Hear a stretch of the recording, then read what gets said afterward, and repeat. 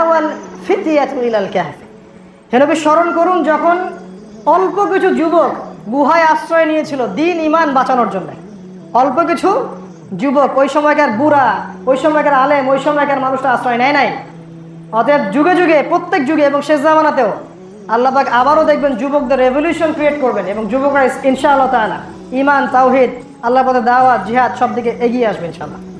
এটা যুবকদের ক্ষেত্রে হবে ইনশাআল্লাহ, এটাতে কোনো ডাউট নাই। এরপর কি একটা বললাম, গডলেস ওয়ার্ল্ড মিল আছে, পয়েন্ট নাম্বার 1। 2 নম্বর পয়েন্ট হচ্ছে এই ওয়ার্ল্ডের মধ্যেও যুবকদেরকে আল্লাহ পাক হেদায়েত দিবেন ইনশাআল্লাহ। হেদায়েত পাওয়ার জন্য কি লাগবে? একটা স্বচ্ছ মন, বাস, আর কিছু না। একটা স্বচ্ছ মন রাখেন যে আমি সব জানি না, আমি সবার লেকচার শুনতেছি মাশাআল্লাহ, যেটা ভালো মনে হচ্ছে আমি নিচ্ছি, যেটা খারাপ মনে হচ্ছে বা মিলতেছে না আমি নিচ্ছি না, এবং আমি সব আলেমকে শ্রদ্ধা করতেছি, সবার বই পড়তেছি, এবং আমি উম্মার মধ্যে বিভক্তি ছড়াতে চাচ্ছি না। সবাই অ্যাটলিস্ট এক জায়গায় আসুক, যতই বিভক্তি থাক এক জায়গায় আসুক, এটা আমি চাচ্ছি। এবং মন থেকে চান যে আল্লাহ আমার মধ্যে যদি ভুল থাকে আপনি সংশোধন করে দেন। আমার পূর্ণ বিশ্বাস আছে যে আল্লাহ আপনি আমাকে সংশোধন করতে পারেন এবং আপনি আমার সম্মান বাড়াতে পারেন। যেন আল্লাহর জন্য ছোট হলে আল্লাহ পাক কখনো সম্মান কমান না, বরং বাড়িয়ে দেন। এই মনটা রাখলে হেদায়েত পাওয়া যায়। খেয়াল করে দেখেন, এই মনটা কিন্তু উমরের ছিল, এই মনটা কিন্তু হামজার ছিল, এই মনটা খালিদ বিন ওয়ালিদেরও ছিল। আমি বললে অনেক সময় চলে যাবে, ওমর রাদিয়াল্লাহু আনহুর কথাটা অনেকদিন বলেছি। উনি বলেছেন লাউ ফাররিকান্নাল হাক্কু মিনাল বাতিল কামা ফাররাকাল্লাহু বাইনাল লাইলি ওয়ান নাহার। কত স্বচ্ছ মন। তিনি বলছেন আল্লাহর কসম করে বলছি, আমি ওমর সত্য থেকে মিথ্যাকে আলাদা করে ফেলবো, ঠিক যেমন করে আল্লাহ পাক দিন এবং রাতকে আলাদা করে ফেলেন। মানে উনি কাউকে ভয় করেন নাই, মক্কা কুরাইশদের কাউকে ভয় করেন নাই। স্বচ্ছ মন আল্লাহ হেদায়েত দিয়েছেন। আমিরুল মুমিনিন হয়েছে পরে, আমিরুল মুমিনিন। হামজা নিজের ভাই নিজের চাচাতো ভাইকে আঘাত করবে কেন? অসহায় দুর্বল একটা মানুষ। মুহাম্মদ সাল্লাল্লাহু আলাইহি ওয়াসাল্লাম খালি একটা কথাই বলে, রব্বি আল্লাহ, এই জন্য তুমি কি তাকে মারবা? সে গিয়ে তার কলার চেপে ধরলো আবু জেহেলের। আবু জেহেলকে পাল্টা যখন ঘুষি মারলো, আল্লাহ পাক দেখেন হেদায়েত নাজিল করে দিলেন। ওই যে খালিদ বিন ওয়ালিদ যুদ্ধ করেছেন ইসলামের এগেইনস্টে, খালিদ বিন ওয়ালিদ বসে আছেন মক্কায়, তার ভাই এসে একটা চিঠি দিয়ে গেল। চিঠিতে নবী সাল্লাল্লাহু আলাইহি ওয়াসাল্লামের লিখা, বা লিখা না, তানি বলেছেন অন্য কেউ লিখেছে, কিন্তু লিখতে পারতেন না। লিখা আছে, খালিদ এটা তোমার জন্য কতই না ভালো হতো যদি তুমি আজকে ইসলামের পক্ষে থাকতা, এতটুকুই যথেষ্ট। ব্যাস, চিঠিতে এতটুকু লিখা আছে। আর খালিদ বিন ওয়ালিদ ওই চিঠি নিয়ে বসে থাকেন আর পড়েন আর কাঁদেন। এক পর্যায়ে বলে উঠলেন, ওয়াল্লাহি, আল্লাহর কসম, ওয়াল্লাহি লাকাদ ইসতাকামাল মানজিল, আল্লাহর কসম আমার মঞ্জিল নির্দিষ্ট হয়ে গেছে। চলে গেলেন ইসলাম কবুল করতে। পরে তার হাতে ইসলামের কত বিজয় হয়েছে আপনারা জানেন। মনটা ফ্রেশ থাকলে হেদায়েত পাওয়া যাবে ইনশাআল্লাহ। আর মনে যদি বক্রতা থাকে, অহংকার থাকে, আমি সব জানি, আমি নাজি ফেরকা, আমি হকের ডিলার, আমি জান্নাত লিস্ট দিচ্ছি, আসেন নিয়ে যান, আপনার পক্ষে হকের পথে চলা সম্ভব না। দেখবেন দিন শেষে আপনি যাকে বাতিল বলছেন সেই জান্নাতে চলে গেছে। এটাই হবে, দেখবেন। আল্লাহ মাফ করুক।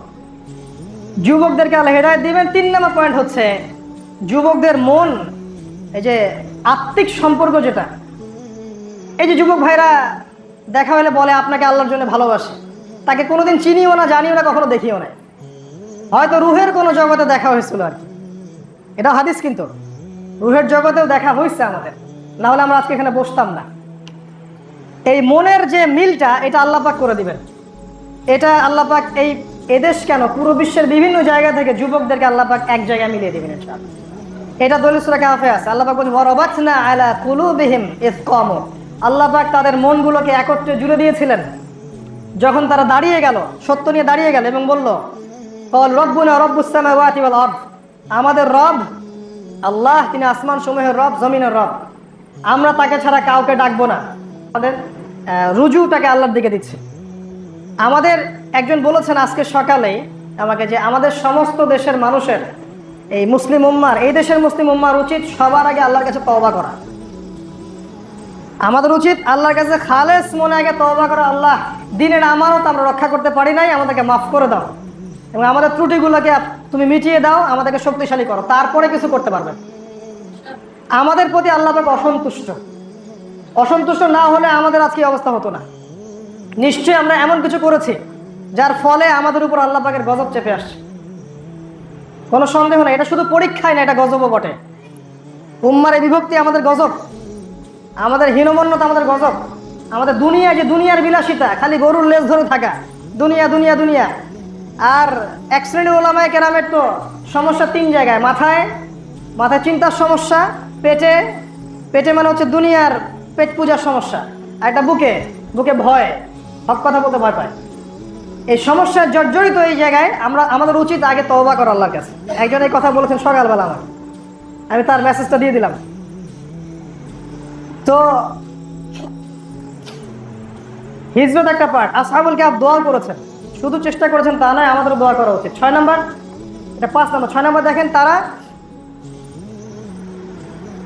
যখন ঘুমিয়েছিলেন, আল্লাহ পাক বলছেন তারা যখন ঘুমিয়েছিল আমি আল্লাহ তাদের পাশ পরিবর্তন করাতাম ফেরেশতাদেরকে দিয়ে। তারা ঘুমিয়ে আছে 300 বছর। 300 বছর দেখেন, আপনি যদি 10 বছর ঘুমিয়ে থাকেন, আপনার নখ বড় হবে, চুল বড় হবে না? আসহাবুল কাহফের নখও বড় হয়নি, চুলও বড় হয়নি। খালি ঘুম থেকে উঠে তারা বলেছে আমরা ক্ষুধার্ত, বাজারে যাও, একটু খাবার নিয়ে আসো। এখানে একটা দলিল আছে, আল্লাহ পাক নিঃসন্দেহে তাদেরকে অন্য একটা টাইম ফ্রেমের মধ্যে রেখেছিলেন, যেটা এই পৃথিবীর টাইম ফ্রেমের মতো ছিল না। যাই হোক, সেটা বিতর্কের ব্যাপার। আসহাবুল কাহফ যখন ঘুমিয়েছিলেন, আল্লাহ পাক তাদের পাশ পরিবর্তন করিয়েছেন। এখান থেকে দলিল হচ্ছে, আমরা যদি সত্যিকার অর্থে আল্লাহর পথে থাকতে পারি, হকের পথে থাকতে পারি, আল্লাহ পাক চাইলে ঘুমের মধ্যেও আপনাকে সাহায্য করবেন ইনশাআল্লাহ। আল্লাহ পাক চাইলে ফেরেশতাকে নামিয়ে আপনাকে আমাকে সাহায্য করবেন ইনশাআল্লাহ। এটা ইব্রাহিমের ক্ষেত্রেও হয়েছে। ওই যে নমরুদ ফেলে দিল আগুনে, জিবরাইল চলে আসলেন, কোনো হাজত আছে আমার কাছে? তিনি বললেন আমার কোনো হাজত নাই, হাসবি আল্লাহ ওয়া নি'মাল ওয়াকিল।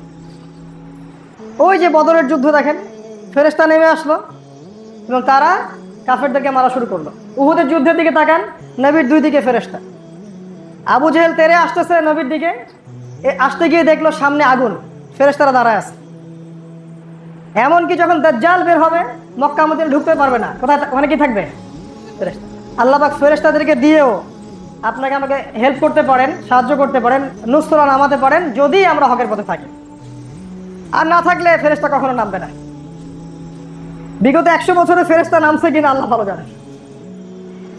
তবে হ্যাঁ, যে জায়গাগুলোতে আমাদের ভাইরা এই পশ্চিমার আগ্রাসনের বিরুদ্ধে দাঁড়িয়ে আছে, এখানে আল্লাহ পাক ফেরেশতা নামিয়ে হেল্প করেছেন। অনেকে এরকম অনেক মুজিজার কথা বলেছে আমাদের, আল্লাহ ভালো জানেন, আমাদেরকে বলেছে। আল্লাহু আ'লাম বিসওয়াব। আরেকটা কি দেখেন, আল্লাহ পাক সূর্যকে, তারা যখন ঘুমিয়েছিল, আল্লাহ পাক সূর্যটাকে ডান দিক থেকে উঠাতেন আর বাম দিকে ডুবাতেন, যাতে সূর্যের কিরণ তাদের চোখের মধ্যে না লাগে। আসহাবুল কাহফের এখানে কি দলিল? দলিল হচ্ছে আপনি আর আমি যখন আল্লাহর জন্য হয়ে যাব, আর আল্লাহ পাক চাইলে প্রকৃতিকে আমাদের অনুগত করে দিতে পারেন। এটা আল্লাহ পাক করেছেন আসহাবুল কাহফের ক্ষেত্রে, দলিল কোরআন বলছে। এই গডলেস ওয়ার্ল্ড এগুলো বিশ্বাস করবে না, সূর্য আবার সরে যায়, আবার ডুবে যায়। হ্যাঁ, ওরা বিশ্বাস করে যে মঙ্গলে পানি আছে। আপনারা কি জানেন ওরা কেন এত মঙ্গল করছে? আমি বলছি আপনাদেরকে, আমার অবজারভেশন, আমার ব্যাখ্যা। তারা খুব ভালো করে জানে আগামী মালহামাতে পৃথিবীতে বসবাসের উপযোগ্য জায়গা থাকবে না। তারা বিকল্প জায়গা সৃষ্টি করতেছে যেখানে গিয়ে তারা থাকতে পারবে। তারা খুব ভালো করে জানে যে কি পরিমাণ ম্যাসাকার সেখানে হতে যাচ্ছে। এবং রাশিয়ার কথাই বলেন, চায়নার কথাই বলেন, আর আমেরিকা ইসরায়েলের কথাই বলেন, সবাই তাদের মাটির অনেক নিচ পর্যন্ত বাংকার তৈরি করে ফেলছে, যেখানে নিউক্লিয়ার ওয়েপন্সের আঘাত যেন না লাগে। আমরা কি করছিলাম এই সময়?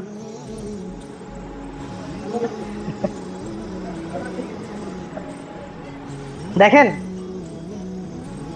নিজেদের সমস্যাগুলো বলতে হয় কেন?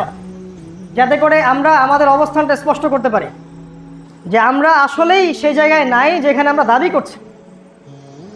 আল্লাহ পাক বোঝার তৌফিক দান করুন। আসহাবুল কাহফ ঘুম থেকে উঠলেন, এটা 8 নাম্বার। ঘুম থেকে উঠেই তিনি বললেন খাবার নিয়ে আসো, খেয়াল করে দেখবা কোন খাবারটা ভালো।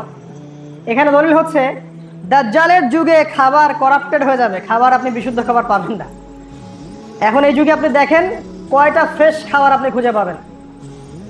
আর খাবারের ব্যাপারে যদি আপনি সতর্ক না হন, তারা আপনাকে খাবারের মধ্য দিয়ে মেরে ফেলবে। যেটা ইতালিতে হয়েছে, ব্রাজিলে হয়েছে। ওদের ফুড হ্যাবিটগুলো দেখবেন, এত দুর্বল ফুড হ্যাবিট যে ভাইরাস সামান্য সর্দি জ্বরেই সব মারা গেছে। কিন্তু সেম ভাইরাস আমাদের দেশে কতগুলো মানুষ মারা গেছে, কারণ আমরা কষ্ট সহিষ্ণু জাতি ওদের চাইতে বেশি। বিষয়গুলো বোঝার ব্যাপার আছে। খাবারের ব্যাপারে সচেতন থাকেন, স্পেশালি বাচ্চাদের খাবার। বাচ্চাদেরকে কোনো বাইরের খাবার দিবেন না, নিজেরাও খাবেন না, বাচ্চাদেরকেও দিবেন না। বাসায় খাবার তৈরি করে খাবেন, ফ্রেশ খাবার খাবেন, এক রুট লেভেল থেকে খাবার নিয়ে আসবেন, সেটা খাবেন। এর জন্য অবশ্য কৃষিভিত্তিক অর্থনীতির বিকল্প কোনো অবস্থা নাই। আল্লাহ পাক বোঝার তৌফিক দান করুন। আসহাবুল কাহফ 10 নম্বর পয়েন্ট, ওই যে কিছু পয়সা দিল, কিছু পয়সা